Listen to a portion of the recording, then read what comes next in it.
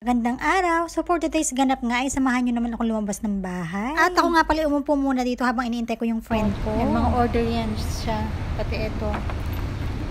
Mga nag-order. Nga habang nakaupo ako doon, so habang hinihintay ko yung friend ko, so may mga food doon. So yun is mga order ng mga residents doon sa condo namin. So mamaya nila yung kukunin. Kaya naman, habang nakaupo nga ako doon is amoy na amoy ko yung mga pagkain. Sobrang babango, amoy fried chicken. Ayan, so bala dito pala kami nagpunta ng mga friend ko dito sa parang park. So ayan, so ito yung itsura niya. So marami din dito mabibili ng mga pagkain sa loob. So pumunta kami dito para mag-bike at makapag-exercise na din. Ayan, pagdating nga namin dito, sobrang daming talagang bike na pwede mong pagpilian. May panlalaki, may pambabae, may pambata, pwede rin sa couple kasi pwede mo silang iangkas.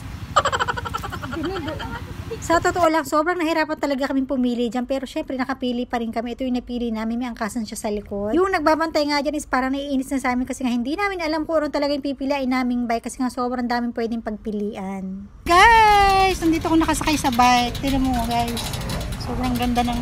Ito yung driver ko. Ma'am, bilisan mo. Ito ako nagda-drive. Sobrang bagal. Parang kami nakikipaglibing. parang sumasagala.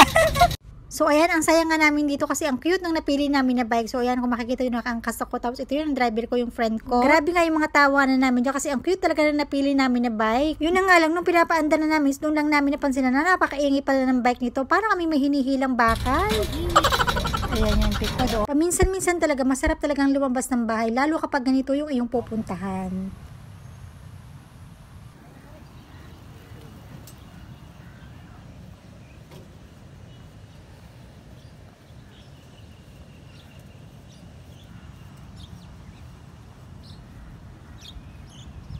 Ayan na guys, kung makikita nyo, sobrang ganda talaga ng sunset dito. Ito talaga yung hinahabol namin, kaya kami pupunta rito ng maaga. So ayan, no, kapag nandito ka, nakaka-relax talaga. Yung mga ganito talagang lugar, ang napakasarap puntahan, lalong-lalo na kapag stress ka. So ayan, nung gabi naman ganito yung itsura niya, napakaraming ilaw. At kahit gabi na dyan is napakarami pa rin tao dahil nga Sabado ngayon. At dahil nga sobrang nag-enjoy kami dito, kaya naman inabutan na rin kami ng gabi dito. At dahil nga siguro mga 2 oras din kami nag-bike dyan. At dito nga sa lugar na to, so paglabas mo dito is marami ka mabibiling inumin, maraming klase yan. So may mga snacks din dito at saka sari-saring pagkain. Habang nagpapahinga nga kami bago kami umuwi, syempre bumili muna kami ng konting maiinom at saka ng konting makakain. So mga light lang naman yung pagkain na mabibili dito. Kaya nga bago kami umuwi ng bahay, so naghanap muna kami ng makakain kasi dito na rin kami magdi-dinner. So yung restaurant na to is malapit lang din to sa park. At dahil nga siguro mga 3 hours din kami siguro nakapag-bike, kaya naman naghanap din kami ng makakainan. Sabay-sabay na lang kami kakain. So napagkasunduan pala namin na pumunta na lang dito sa Chinese restaurant. So ito pala yung pagkain, may fried siomai. Actually nga hindi ako pamilyar dun sa mga pagkain pero masasarap naman siya. Lalo na yung noodles na parang may sabaw siya. So yung lasa niya is yung parang lumi, kaso yung noodles niya is maninipis. Magbablog yan si May. Oo, pag ano May yan. i-vlog mo naman kami.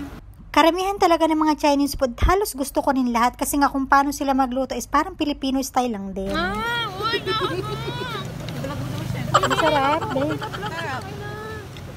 Ang sure up niyo. Diba, baby girl? Baby. Ube, the potato. Potato shoot. Then, So yun lang for today's video. Salamat po sa panonood. Ituturo ko kayo ulit sa mga tourist destination na magaganda dito sa Malaysia. Bye! God bless!